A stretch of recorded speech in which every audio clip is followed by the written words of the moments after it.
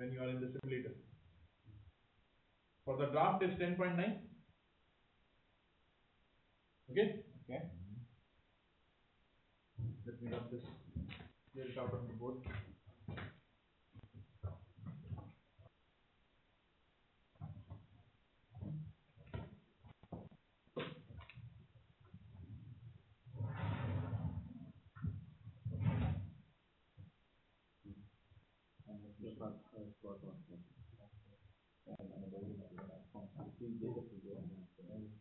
Height of tide is going to be 0. I told you there is no tide.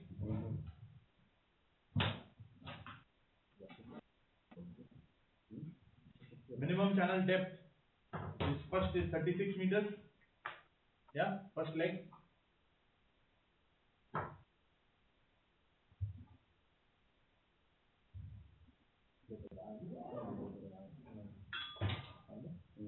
Height of tide is 0. Again, minimum channel depth is 36 meters.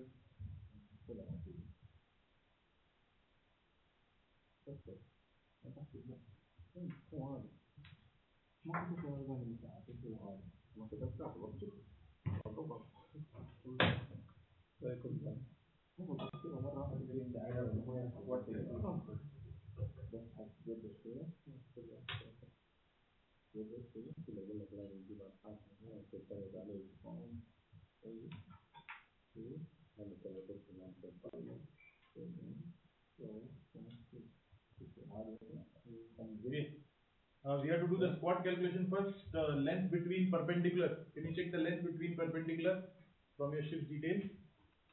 Is it given there?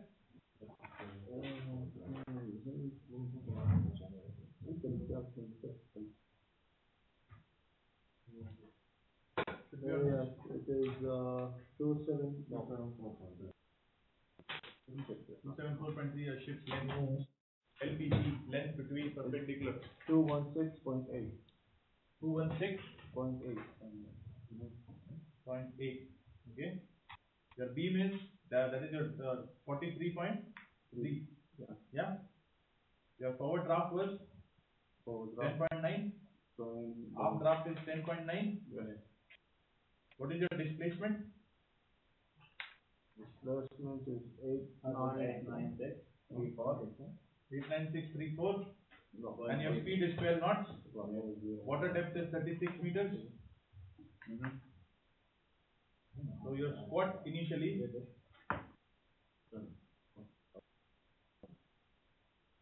Forward draft, aft draft. I don't think 216 is length between perpendicular. 216. Is it mentioned LPP? It doesn't say LBP. It's not mentioned that LBP, but from the graph it says that. No, it's not LBP. LBP can be in the beginning of the shift, for example. Yeah. Where did you read? Yeah, it's not LBP. LBP should be written somewhere else. That's not the LBP. That's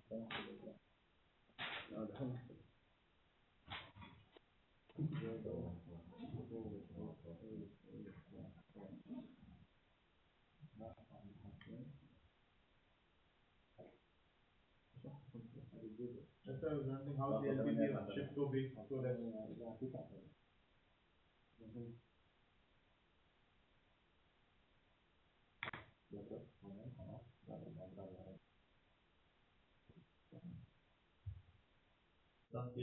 It's not mentioned. So let's take it roughly 260 meters. Yeah. Okay. Let's say we can take it. The length of the ship is 270. It's given in the ship's hydrostatic data naturally. So this 274 meter long ship, let's take it as 250 meters. What's covered? So you're getting a squat of 0.2 meters. Yeah. And a bow sinkage of 0.3 meters. So your draft is going to be, these are going to be your drafts at 12 knot speed in 36 meters of water. Yeah. Forward draft and aft draft. Can you write this down?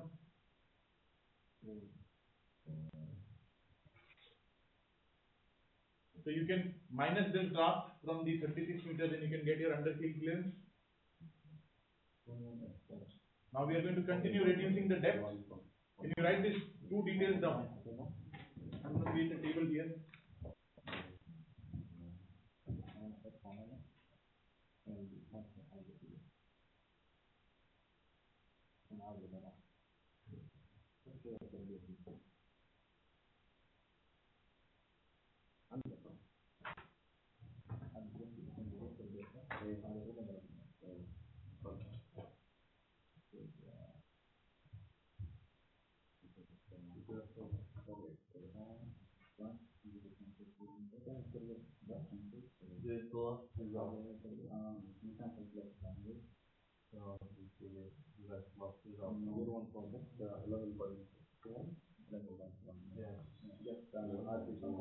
So at 12 knots, first we will do a study of 12 knots.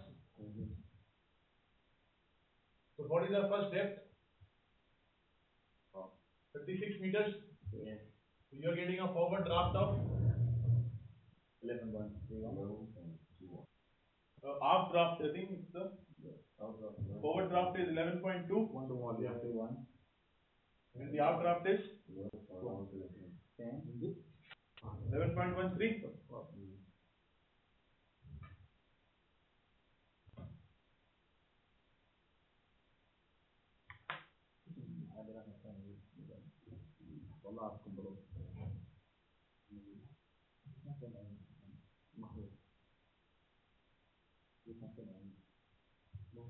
Now depth number 2 is, what did I say? 24 meters. So at 24 meters, let's put as 24. Your forward draft is 11.4 and your aft draft is 11.2. 11.4, 11.3 roughly. Can you see it? Yes. The next one is 18 meters.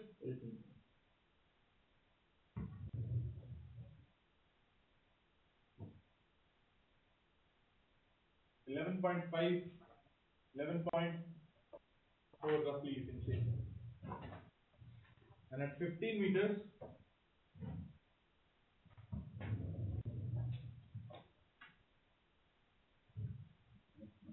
11.7 and 11.4. Yeah. So you are expecting to see UKC. You can yourself say, you can calculate your UKC yourself. How much underfield clearance it should show you on your UKC calculator there, your echo sounder. Okay. Yes? Now at 6 knots.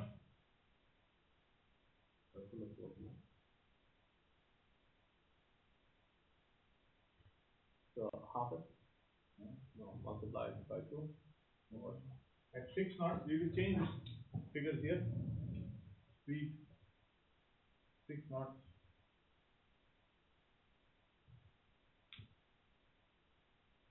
So water depth of 15 meters.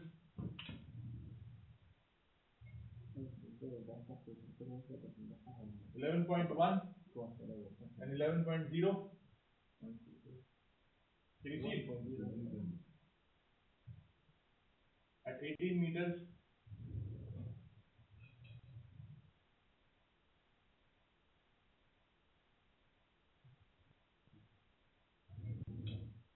11.05 and 11.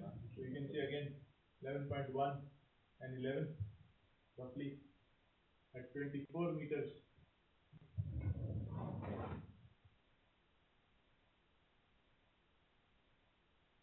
11 and 11 and 36 meters. It is going to be again 11 and 11. We are not going to be doing such detailed calculation. Yeah. What I want you to do is, when you go up on the bridge, I will give you a walkie-talkie today, and I will tell you what your depth, because your depth zone is going to change. Yes. Okay. And I'll show you where to see your monitor your UKC. So first we will do with 12 knots, and then you will do with 6 knots. So what is the UKC that you are expecting here? And the peak 11.2 minus 36 is how much? 15. Come on. 15. 52, Can you do 25. the calculation? 11.2 minus 36. 4.25. Then again here 11.4 minus 24. 12.6. 11.5 minus 18. 6.5. And say again 11.7 minus 15. 4.3. Very good. Now here at 6 knots, 11 minus 36, about 25. 25. Then again 11 minus 24, 13. 13. 11 minus 18. 11.9. 6.9. Yeah, you can say 6.9 here instead of 7. And here 11.1 minus 15. This is going to be 3.9. So this is what you should be expecting at different speeds. Yeah. Let's see whether you experience that. I will show you where to actually monitor your UKC on the echo sounder. There's a device on the ship. Yeah, you must be aware of it, some of you. There's a device on the ship. What it does is, this is your ship. There will be one sensor here, sometimes one sensor forward, one sensor aft. You can choose the sensor. This is the seabed. It is basically an acoustic device. Yes, sends an acoustic pulse. It goes to the bottom, comes back. It knows the speed of this pulse, acoustic pulse. Yeah, somewhere around 300 whatever meter per second. Yes, and then it can calculate this distance d. So there is a device which can continuously show you your vessel's how much depth is below the keel, below the sensor actually, and it will show you on your screen there. There will be a graph which will be graph of time versus UKC. Let's go on to the bridge. Let's load the exercise first. The 12 knots, the last one for is 3.3, not 4.3. This one? Yeah. Oh my god. See? Yeah. The human. Okay, let's load. Bridge 2.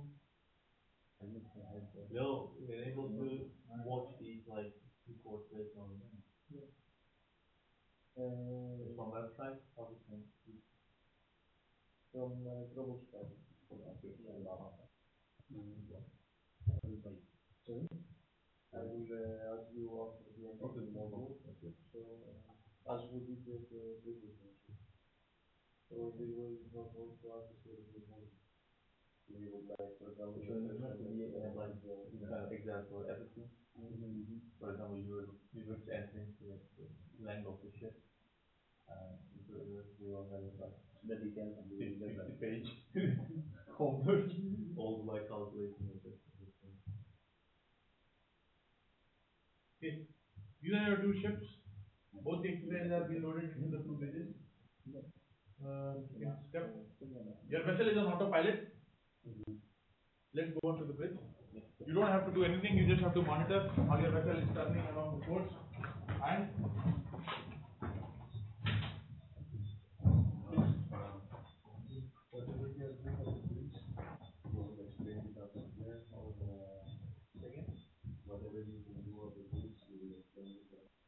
I already explained it while I was briefing them what we are doing.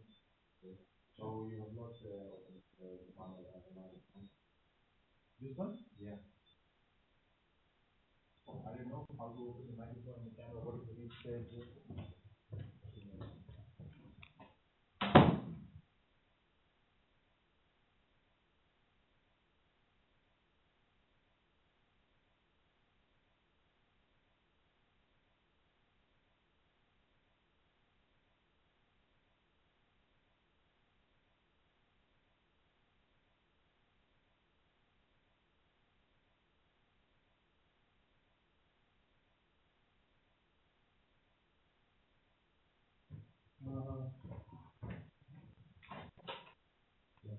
Stuart is not here. He has given all this responsibility to you. Record and all. Yeah, I think I understand this.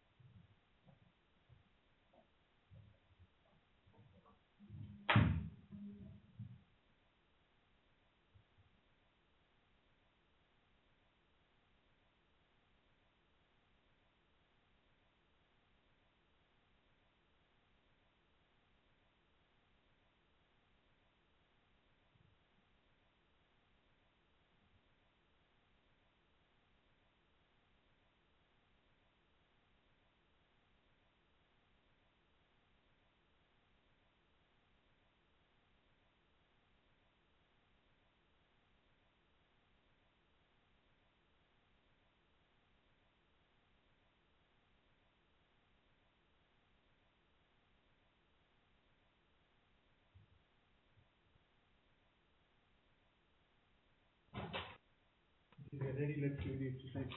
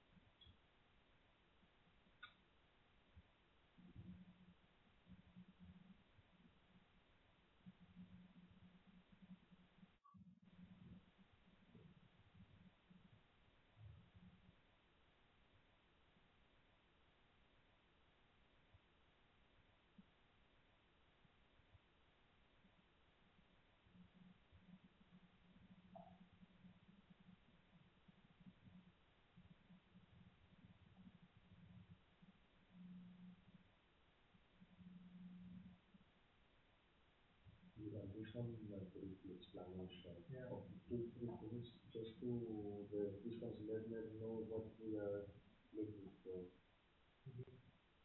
And,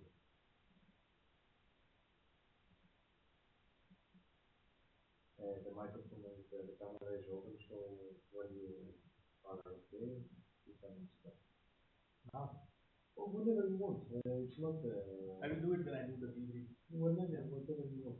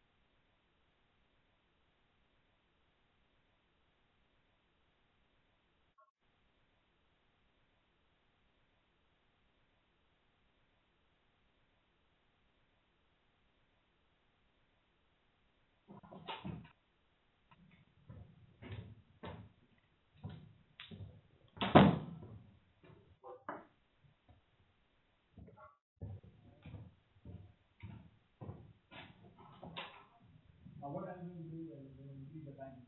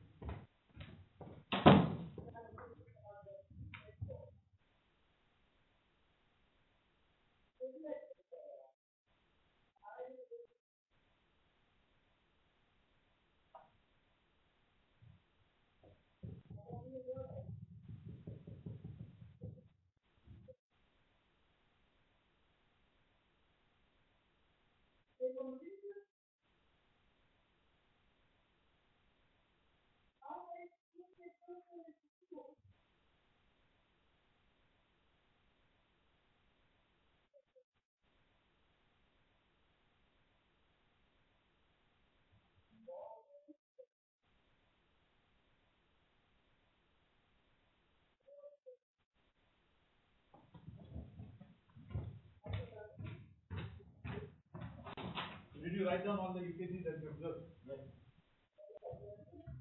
Yeah, sir. Yeah. So you did observe all the UKCs? Yes, different areas, different depth. Yeah. So the next exercise, we will do it here itself. I will show you. You don't have to stand on the bridge. I will just. So we did it at 12 knots. Yes. Yes. So we got the UKC roughly around this. Yeah. Yeah. Exactly. Roughly. See, the thing is, we did not know length between perpendicular. Yeah. Yeah. Also the speed wasn't so So speed was also slightly less. So it is never going to be exact. It is not mathematics where it's not going to be 100% exact. It will be slightly about half a meter of tolerance. more or less. Yeah. So what we are going to do now is same thing again, but this time what we are going to do is we are again starting here. This is your ship. Yes. Now we are going to change the speed. We are going to make the speed 6 knots.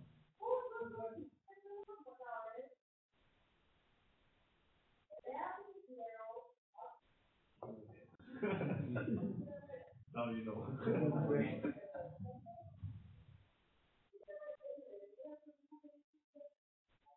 So we will upload this on bridge 2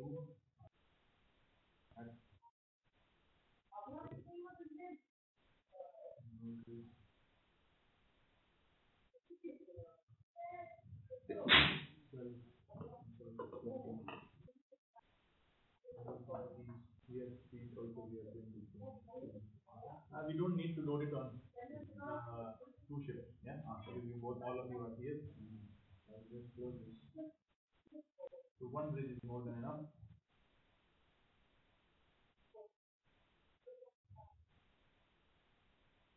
Bridge 2 now is here.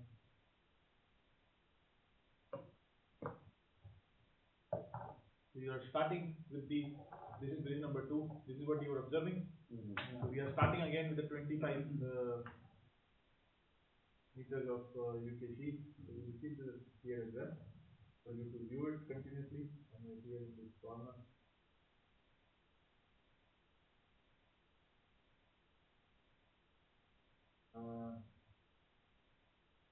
And then we can just start it because we are going to do a speed of 26 revs, yeah. So for 26 revs, I will have to go and match the revs to 26. Otherwise, what will happen is it will increase. Yeah.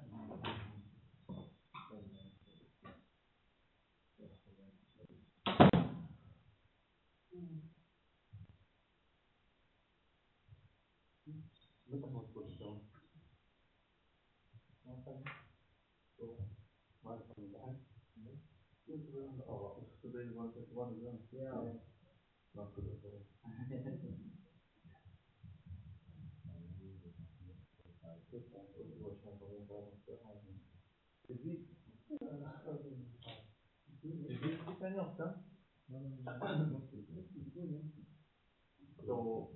So we will make more, no? Maybe we will do more than what no, I mean like we always start late, so it launches also late. So it means Okay, so we have matched the revs.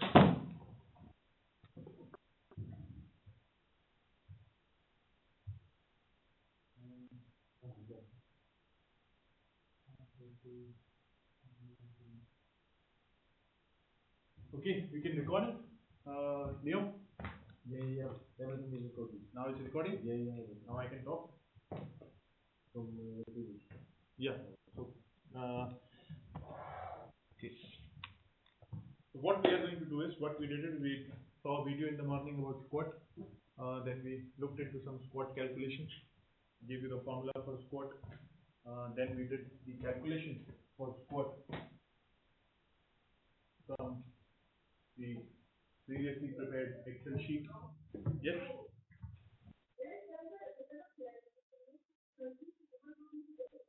Squat and bouncing kick calculation. Then we put our vessel, the vessel that we were using yesterday, the LNG vessel with a length of 273 meters, 274 odd meters.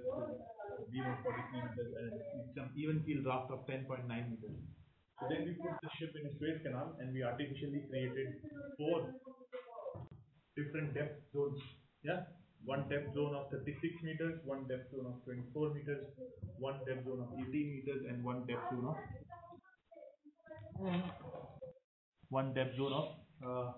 15 meters. And then we did this calculation from our calculation sheet that is there on the board at the moment, electronically created one. What is the different change in drafts that the vessel is going to experience in these 4 different depth zones with 2 variable speeds? Yes, one 12 knots, one 6 knots. And then we did the exercise. The vessel is already automatically on an auto route, which is automatically navigating. This is not a navigation exercise. This was purely a observation exercise. So we ran the first part of the exercise with 12 knots. We are running it again. So this time candidates are not on the bridge, candidates are here. And you can visually observe it from here itself how the UKC is going to be different this time. Yeah. So then you can comprehend yourself that speed, not only the H by D, the draft to depth ratio, the available depth ratio, yeah, and the draft, the H by D, not only that affects what, but also your vessel speed. What you can control, what you cannot control. What you cannot control is what you cannot control. Draft. The depth. Depth you cannot control. Because it's going to remain the same. The ship is going to go to port A, port B. All these different ports around the world will have different drafts. So you are not going to. There is a limitation to how much of draft that you can control. True. But what you can control is your vessel's draft and speed. Yes. But then again, draft, there has to be a certain limitation to how much draft you can reduce or minimize. Because you want to efficiently carry things. That's what is the job of a ship, right? Yeah. Carry stuff, maximum stuff from point A to point B. Yeah, without by minimizing broken stowage. Yeah, by dead freight. You don't want to unnecessarily waste fuel pushing the ship steel around here and there. You want to carry stuff. So this draft you can control, but then you want to maximize it. So what else also you can completely control is your vessel speed. Then another variable that is going to reduce your reduce your squat. Why is squat concerned to us? Because it increases the depth of the hull in the water. It causes extra sinkage, yes, when the vessel is moving, and that indirectly reduces the underkeel clearance. A safety, yeah, the safety zone that we need, or the allowance that we want for our ships to navigate safely, it is interfering with that. So all of this is to demonstrate these two things. So we did it with 12 knots, we did it with 6 knots.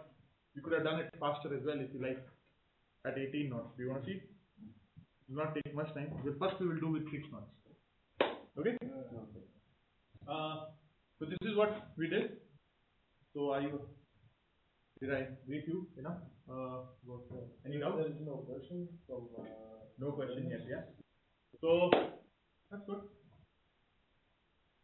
If they want, all of this is of course getting recorded. This is the formula for squat and bow sinkage calculation on the board. So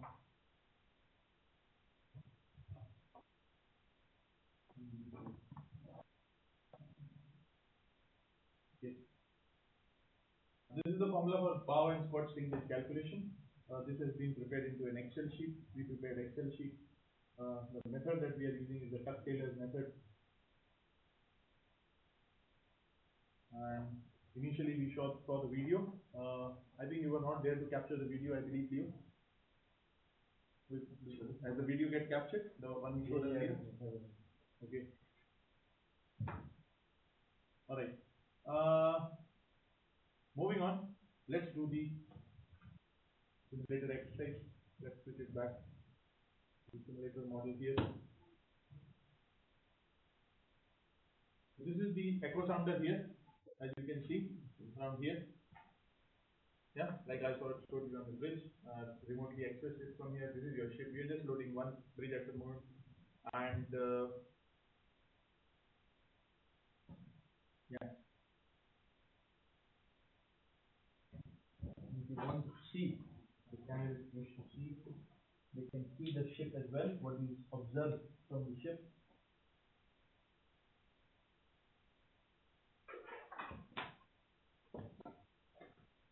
This is the ship, view from the ship. It's the same LNG vessel from yesterday, and the vessel is in Suez Canal. Remotely.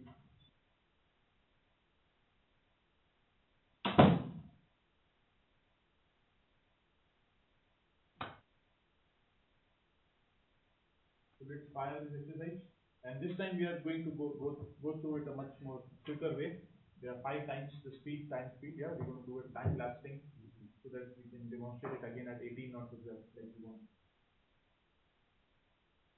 So it starts now. It's sailing, and you can see a UKC, and you can see your ship is now moving.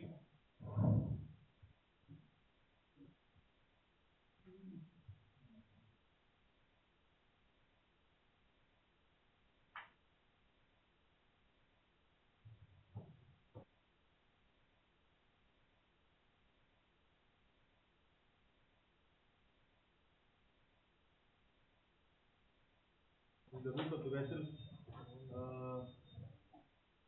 This is how the vessel is going to proceed.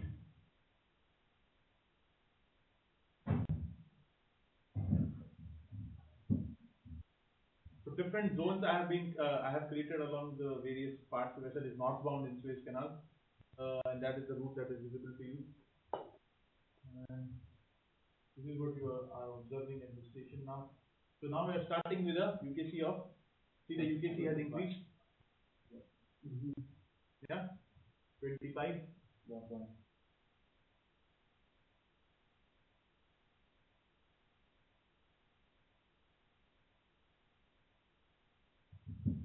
Like I said, in deep water, the effect is not going to be so pronounced. The major changes that you will observe is the ones once you start coming towards the shallow effect. Once the H by D ratio is decreasing, that is where the effect of squat will start coming into picture, like we observed in the video. So this is what issue where we are going to observe that once the vessel enters into a different zone,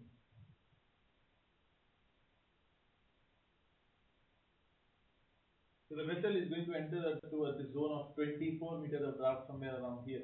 Yeah. So let's increase the speed some more, make them more quicker. And the ship.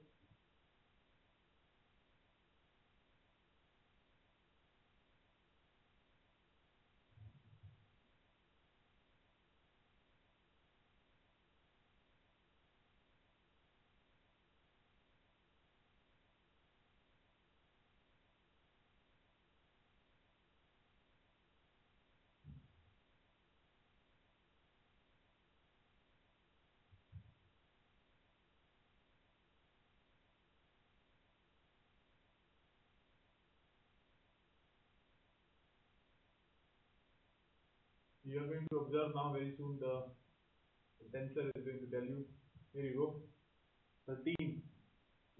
That is what we expected. Yeah.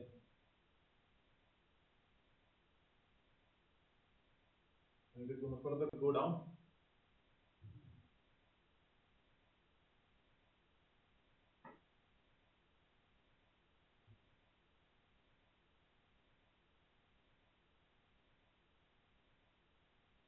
The next depth zone is 18 meters.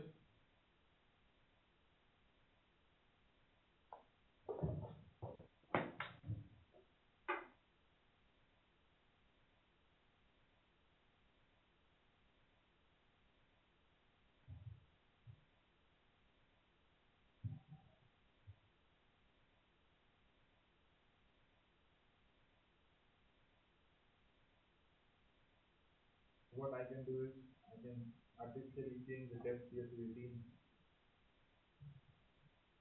and 7 meters now.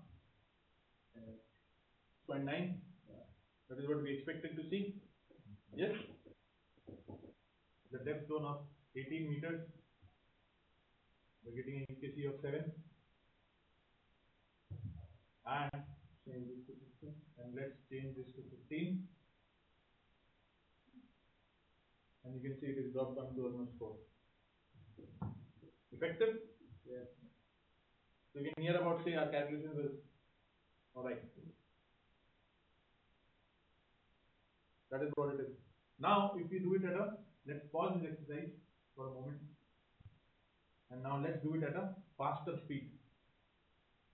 Yeah, at about, maybe about 18 knots. This can be 15.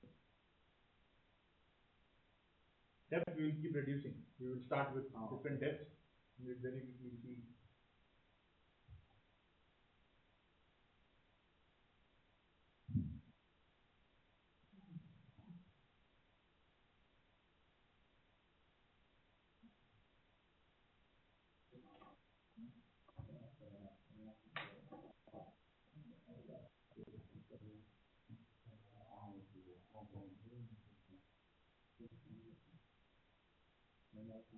So we start with the bridge.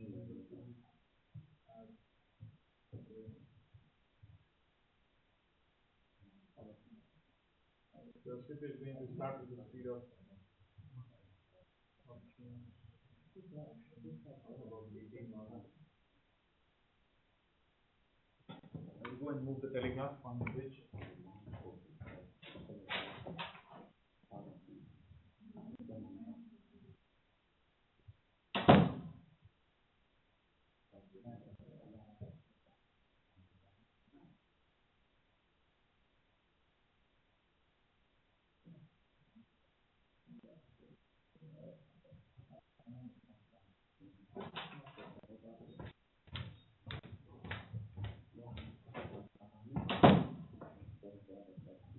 You can see again, it's a slight reduction of 24.9 meters in the UKC because your vessel is starting with a speed of 18 knots. So it's imagining as if the vessel is already traveling with a speed of 18 knots. So it started calculating from that point.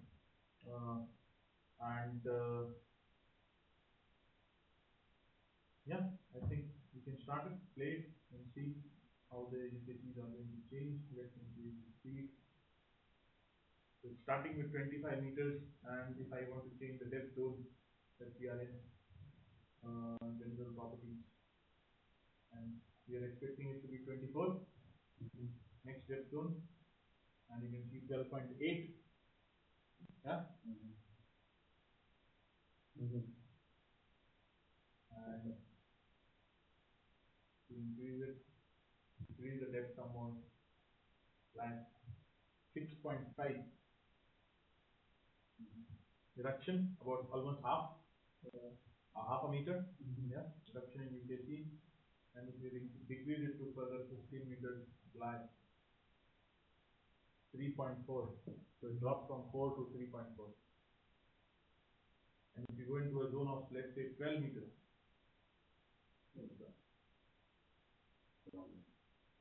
almost going to get grounded. Yeah. So we have to. So you can say that with the reduce the speed. Yeah, reduce the speed, no other option.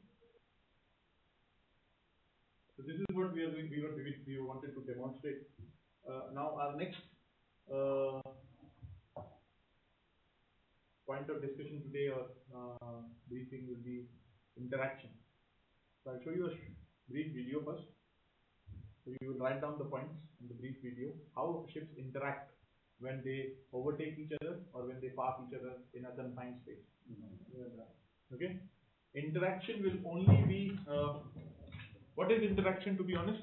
If this is a ship, yes, and if there is another ship passing this ship close by in the sense about 4 times the ship's breadth. 4 times the ship's breadth, 4.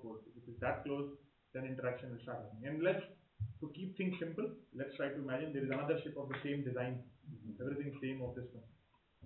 So these ships will start interacting with each other because of the pressure fields that are present around this ship. Okay? Yeah, what are the pressure fields that are generally present around?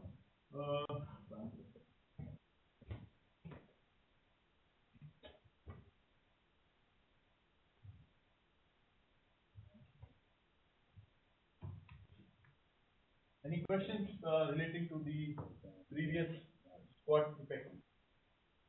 Yeah, shallow water effect.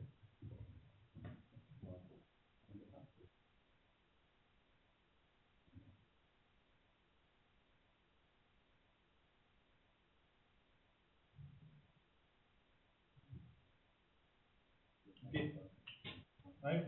You see a conventional merchant vessel. Yes. When a ship is moving ahead, okay, the bow is pushing. There's a bow wave around the ship, so it's pushing. Water is getting squeezed here, and high pressure field is created. Yes. Then this water starts coming somewhere in the back again. Low pressure field is created around the midship section of the ship. Now here what is happening? Propeller is there, churning water. Above is high pressure. So it creates again a higher negative field somewhere just before, because it is sucking the water in, and after it is again High pressure. Same thing is going to be around a ship which is going to be coming. So when a ship approaches again with the pressure, high pressure, what will happen? Both the bows will come out. Agree? And then when it goes little further, what will happen? This negative, there is negative here, positive here. It will try to come bow inward motion. Yes? Yes. When they are parallel to each other, what will happen? They will try to bodily push each other out, negative. Yes? And then when it goes further up, what will happen? This positive pressure and this negative pressure will try to suck it in. And all the way in the end, what will happen? The positive, excessive high pressure here, excessive high pressure. What will happen? Again, the stern will try to go up. All of this happens pretty quickly. Yes? Closer the ships are, more the effect of interaction will be higher. Further the ships apart, then this effect gets dissipated. Yeah? Diluted, is not going to be so pronounced. It lasts for a very short amount of time. This is especially when the vessels are passing each other, overtaking each other, or coming down, passing each other head on in narrow channel, which is sometimes you cannot control. What is an uncontrollable factor here? The uncontrollable factor here, you cannot make the channel any more wider. What you can control here is somewhat your distance, and you can minimize this effect by understanding this effect and using the rudder angles. You have the controllable forces on your ship. Yeah, steering. So when your vessel is coming towards this one, and you try to, instead of doing like this, what we are trying to maintain is, while the ship passes this, they both pass each other normally, rather than doing this or that. How we are going to do that, achieve that, is by giving rudder movements to kill this effect, to counter this effect. So in this direction, when you are coming, what is this ship going to give the rudder? Starboard? Yes? So instead of doing this, it will just maintain its course. Then immediately the ship is supposed to midship the rudder. Because if it still gives starboard, what will happen? You go and hit the ship. Yes? Because here it is going to be getting sucked in. So then it has to midship the rudder. Yes? And no, they are not going to give hard to port or hard to starboard. You're going to, the amount of rudder that you're going to give is all going to be based on experience. Experience of the people who are taking this maneuver. Yes? Not just hard over. You cannot do hard over. Somewhere around here, the rudder has to be midship, 100%. Yes? And we're going to get stuck, so you have to bodily move away, because in this, once you are here, you'll again get stuck. So the rudder can be on the opposite side, port side slightly. It will take the ship away. And when you know that in this situation here again, this is what is going to happen. Yeah, again to starboard side. And then last, once you are passing the stern, so that your vessel does not lose its heading. What you have to do is, now your vessel is going to be tending to do this, and then you give to port. Make sense? Yes.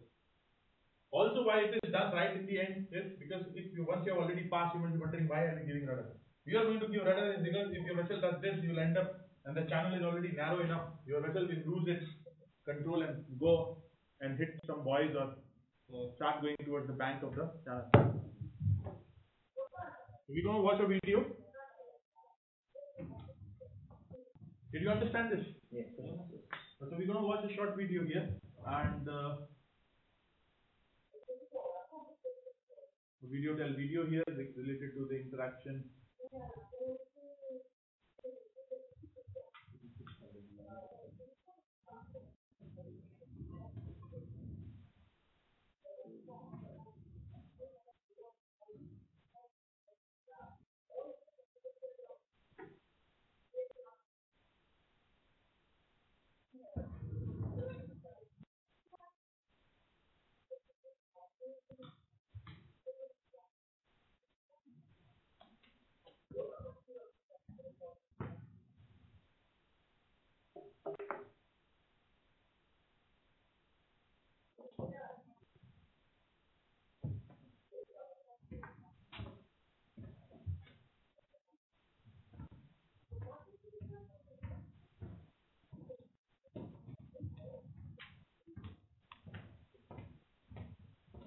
In January 1934, the British battleship Nelson left Portsmouth for the open sea at 9 knots and went aground on a starboard shoal in a narrow channel due to the unexpected ship's response of swinging her head to starboard, despite the helm being turned to port 15 degrees for the intended course.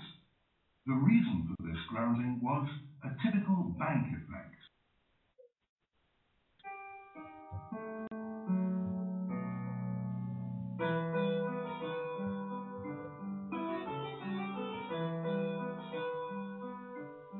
In restricted waters where the navigable width of a passage is limited, ships are obliged to navigate close to a bare shore or artificial structures such as banks and bridge piers. In such a passage, ships also have to pass by or run in the same direction, while keeping minimum sea room from each other. So this video is also going to talk about bank effect. Now bank effect is also going to be somewhat similar to in the pressure system that I am trying to explain to you over here. What is the pressure system here? If your vessel is going to be operating around the restricted bank, a wall end, or you can say a shoreline, what is going to happen when this vessel is too close to it? This pressure field, there is a pressure field and there is a positive pressure field being created here. Water is getting compressed, so it will get reflected to starboard side. Yes. So to control your vessel's movement towards the bank, what you are going to do is counter rudder towards the bank. What will happen? Your ship will, if you do not pay attention, if you leave the rudder midship, if you leave your rudder midship here, your vessel will come close to the bank. What will happen? Then it will get pushed to the other side of the bank, and your vessel will go around on the other side. That is what happened to the other battleship.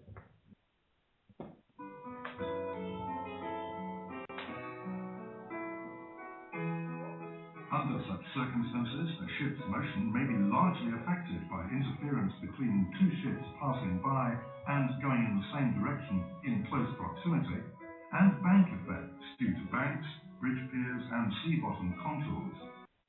In view of ship handling, ships are exposed to higher risks under such circumstances.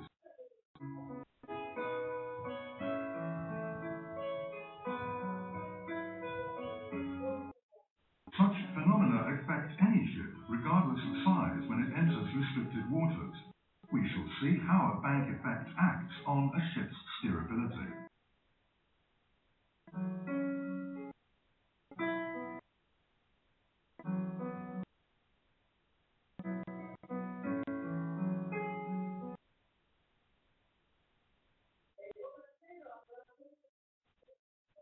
Even in a narrow passage, such as a canal, ships manage to maintain a straight course as they advance on the centre line of passage.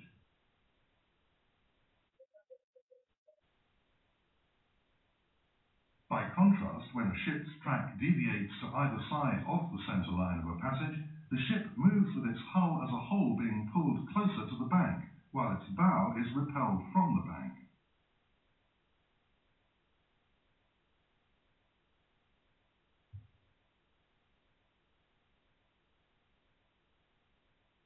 When a ship advances closer to either bank, the relative flow rates of both sides of the hull are differentiated.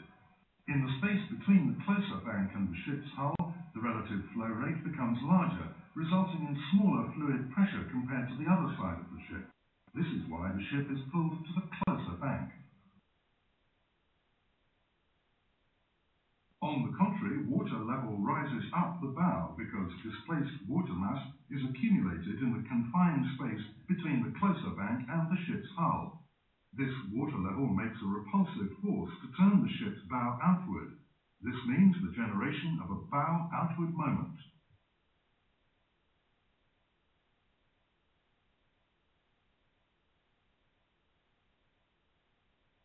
The bank effect is a phenomenon that causes a bow outward moment and attracts the ship's hull as a whole to the bank due to decreased pressure at the midship area. Attracting force is called suction.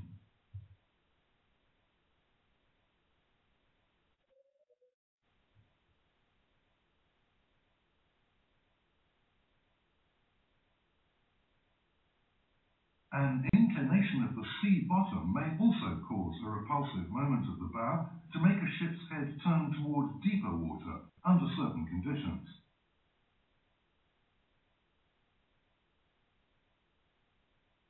The same effect occurs when a ship passes close to a structure, such as a cylindrical bridge pier.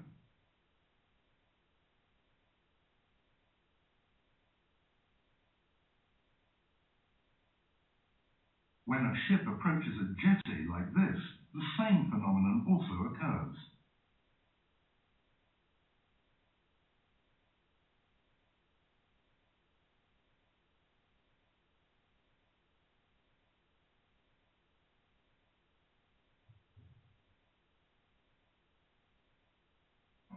Let's see how the bank affects a ship's steerage through a tank test.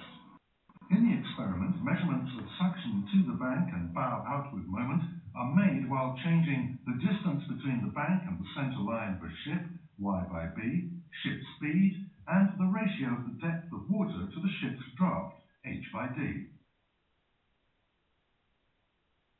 First, we will vary only the distance between the bank and the center line of the ship. In this trial, the ratio of y/b is 2.5, the ship speed is 13 knots, and the ratio of h/d is 1.2.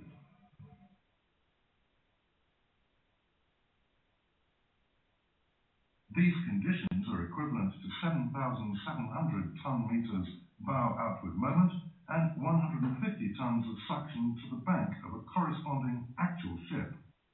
To offset these effects, 10 degrees of checking rudder are necessary.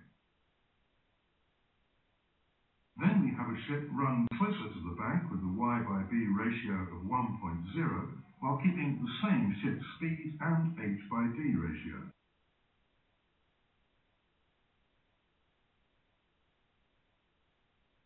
These conditions are equivalent to 21,500 ton-meters bow outward moment and 500 tons of suction to the bank when converted to a corresponding actual ship.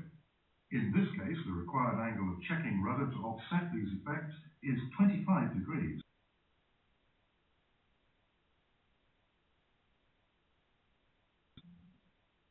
As you can see, the closer the ship is to the bank, the greater the suction and the bow outward moment become.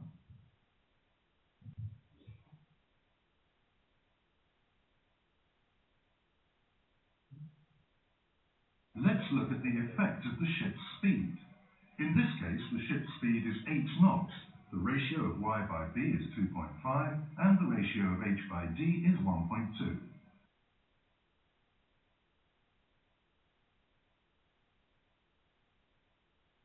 These conditions are equivalent to 2,700 ton-meters of bow outward moment and 70 tons of suction to the bank when converted to a corresponding actual ship. The required angle of checking rudder to offset these effects is 10 degrees. Now the ship's speed is increased to 13 knots with the other conditions unchanged. These conditions are equivalent to 7,700 ton-meters of bow outward moment and 150 tons of suction to the bank of a corresponding actual ship. The required angle of checking rudder to offset these effects is 10 degrees.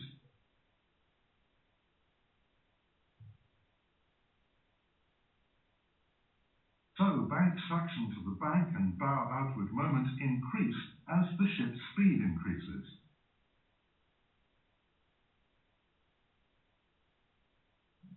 Let's take a look at the effect in relation to the depth of water.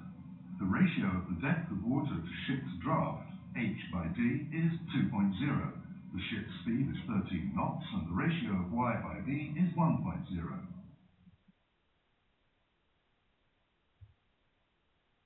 Real bow outward moment and values of suction converted to a corresponding ship will be 12,000 ton-meters and 400 tons respectively. The required angle of checking rudder to offset these effects is 15 degrees. Now let the ratio of h by d be 1.2 with other conditions unchanged.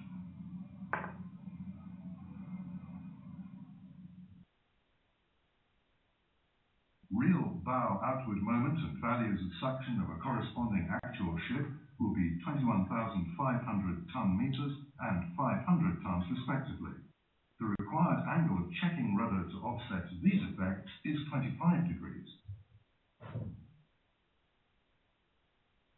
The result shows that suction to the bank and bow outward moment increase as the depth of water decreases.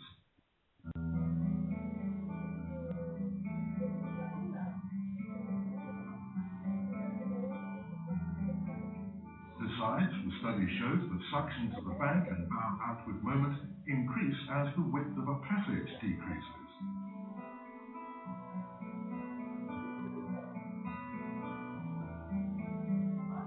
Ship handling becomes very tricky due to the deterioration of course stability caused by the bank effect when a ship navigates a narrow channel, as we've illustrated. How should we handle a ship under such conditions? To have a ship run in a straight line on its intended course by offsetting suction and bow outward moment caused by the bank effect, the ship's head has to be kept obliquely to its intended course. As a result of this oblique posture to the advancing direction, extra force and turning moment will be generated on the hull. This extra force will offset suction to the bank. However, to offset bow outward moment, a checking rudder motion toward the bank is still required. This means that the turning moment and the force produced by the proper angle of checking rudder can offset the forces and turning moments generated by bank effect and oblique posture.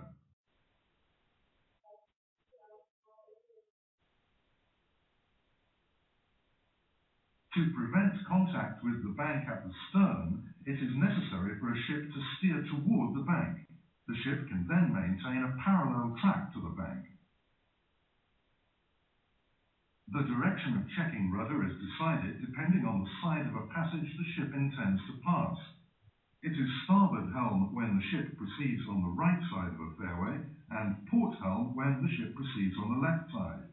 We will see what checking rudder should be taken corresponding to given conditions.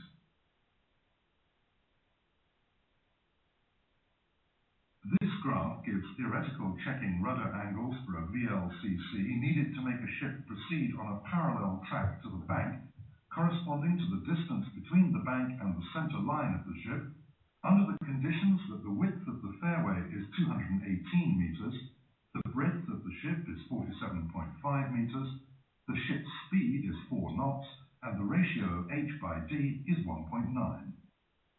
As you can see, the closer the ship runs to the bank, the larger a rudder angle is required. Let's see a case in which the ratio of h by d is 1.5.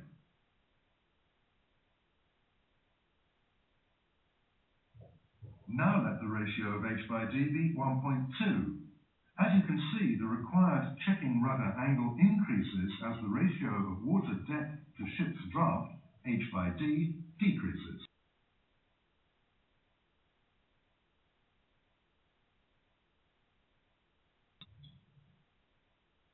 The maximum checking rudder angle available in this graph is limited to 30 degrees. However, a checking rudder beyond 30 degrees will be necessary when a ship runs closer to the bank.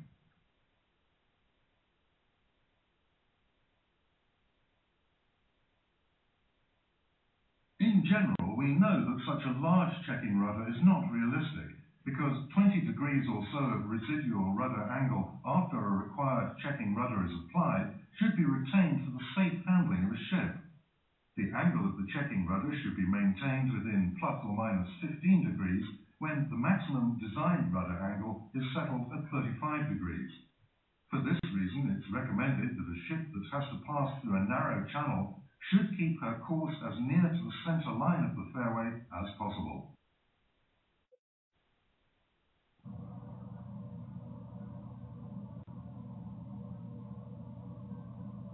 Let's look at the effect of seabed inclination on a model in a tank test. In this case, let the gradient of the seabed be 6 degrees. The ship's speed is 8 knots. The deduced bow outward moment of a corresponding real ship is 4,400 ton-meters. The required angle of the checking rudder to offset these effects is 15 degrees. Now let's increase the ship's speed to 13 knots without changing the other conditions. The deduced bow outward moment of a corresponding real ship is 19,900 ton-meters. The required angle of the checking rudder to offset these effects is 20 degrees. For this reason, it is necessary for a ship passing through an area where the seabed slopes to apply a proper checking rudder to turn her head towards the shallower side.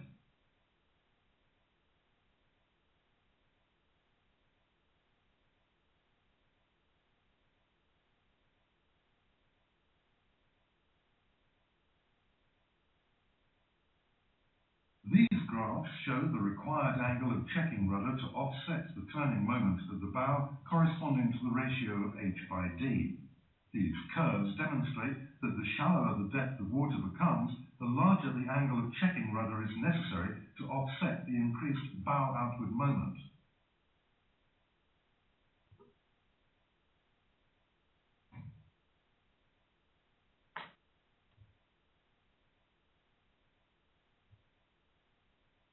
In addition, the faster the ship's speed becomes, the larger the rudder angle is required.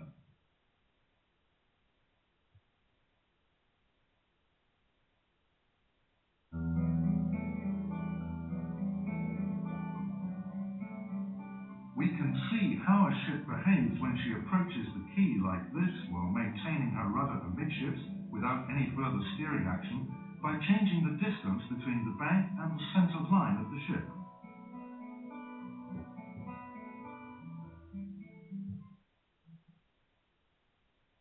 In this case, a ship runs at 10 knots on a parallel line from the bank where the ratio of y by b is 1.0.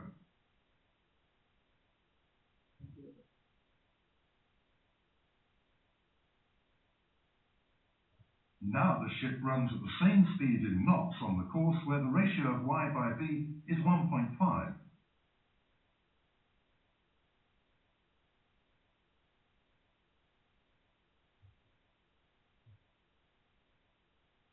And here the ship runs at the same speed on the course where the ratio of y by b is 2.0.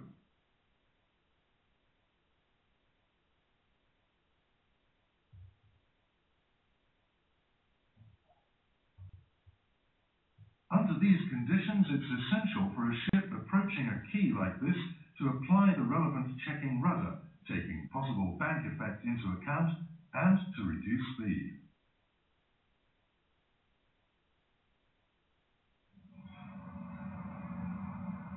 When there are multiple ships passing by, running abreast or overtaking in a narrow channel, the interaction between two ships moving in close proximity will sometimes have a grave effect on those ships.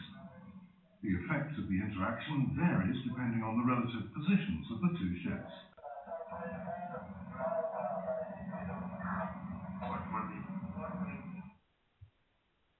First, we look at the case of two ships of almost the same size passing each other.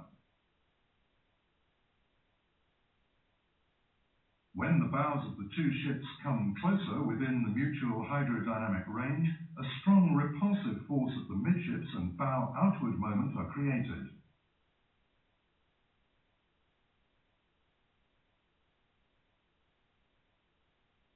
Alternatively, strong suction at the midships and bow inward moment are produced between two ships when they come abeam of each other.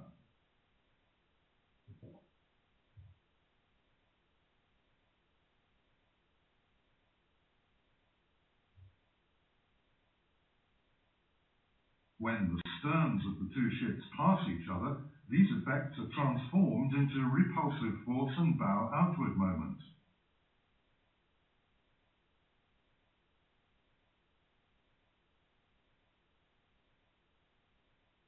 These effects of extra force and moment fade away quickly as the distance between the two ships increases.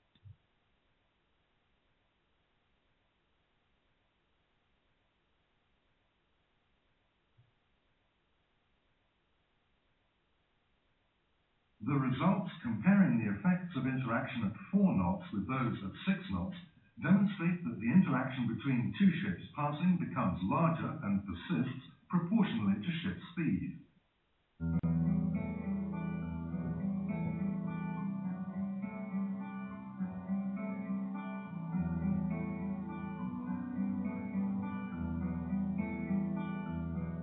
When two ships pass by in the opposite direction, a collision seldom happens because the influences of repulsion and suction last for a comparatively short time.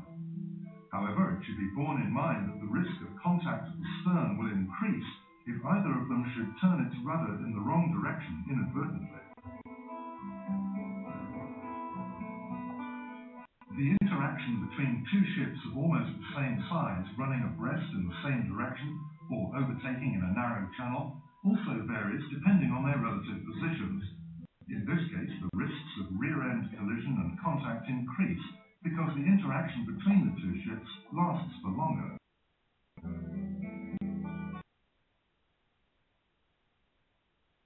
Let's see how an interaction is produced when ship A overtakes the other ship B when the intervening beam distance almost equals ship's breadth.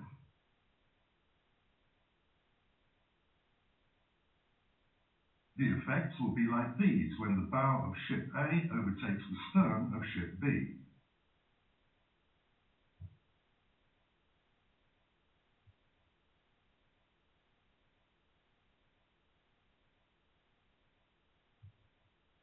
When ship A advances a third to a quarter of its length from the stern of ship B in parallel, the effects change like this.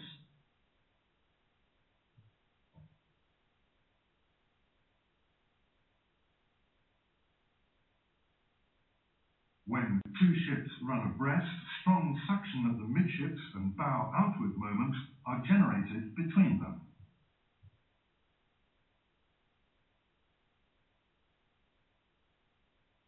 The effects will be like this when the bow of ship A advances ahead of ship B, but 1/3 to 1/4 of their hulls remain parallel.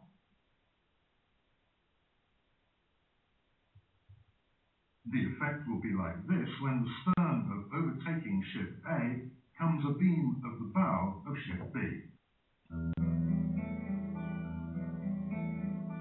Let's look at how the interaction between two ships in close proximity and running in the same direction in a narrow channel affects the steerability of a ship through a simulation.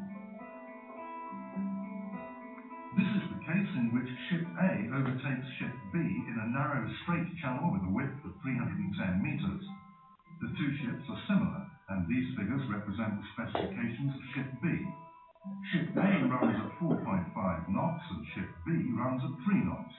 The beam distance between the two ships is half of the ship length. The two ships are steered to maintain parallel courses.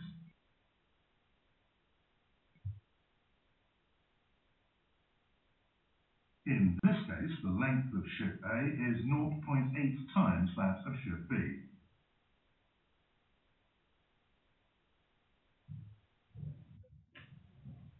Now let the lengths of the two ships be the same.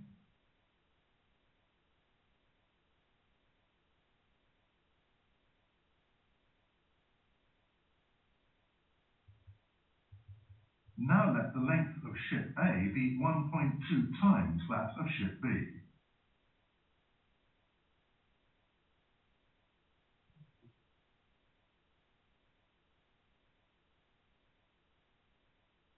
As you can see in the results of the simulation, the interaction between the two ships is enhanced as the length of the overtaking ship increases.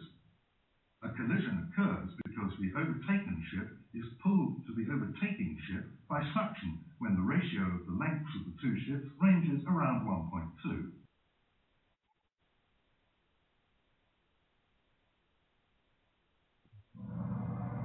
Let's take a look at the effect of ship speed.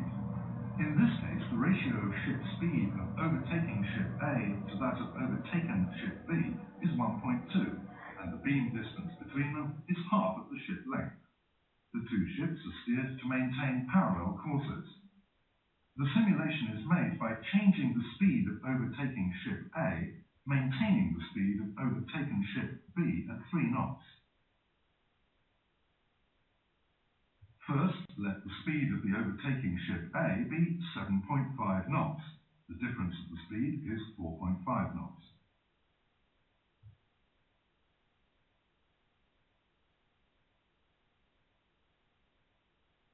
Now the speed of the overtaking ship A is changed to 6 knots.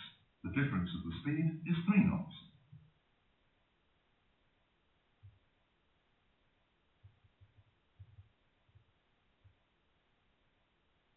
And now the speed of the overtaking ship A is reduced to 4.5 knots. The difference of the speed is 1.5 knots.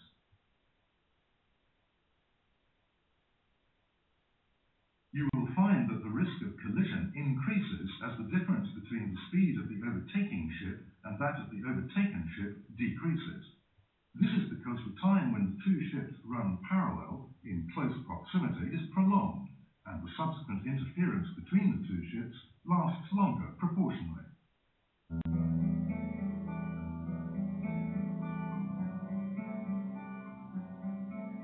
As you can see in the results of the simulation, there is a larger interference effect on an overtaken ship when the difference of speed of the two ships is small and the overtaking ship is larger than the overtaken ship. It becomes difficult for a ship to avoid a collision through its own steerability when this interference grows beyond its capacity. Okay, we can now step onto the bridges and I will show you where you are. You're in a channel somewhere in Nigeria, and this channel leads to a further, it goes up into a port, an LNG terminal in Bonny River. Okay, that's the area.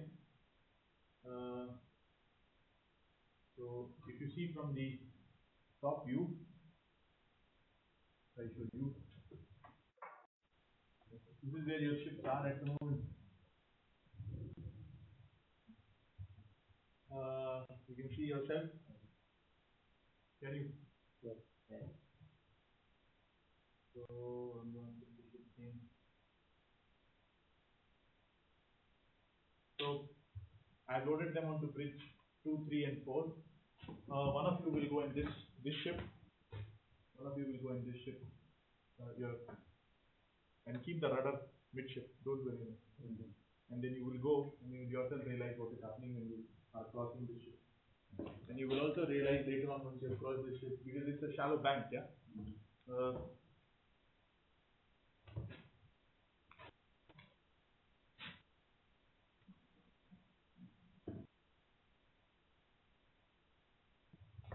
It's a bank of about 14.3 meters of depth zone. So as you go towards the end, you will start feeling the bank effect. Yeah. And this ship is just another ship on the other bridge. Can you step onto the bridge?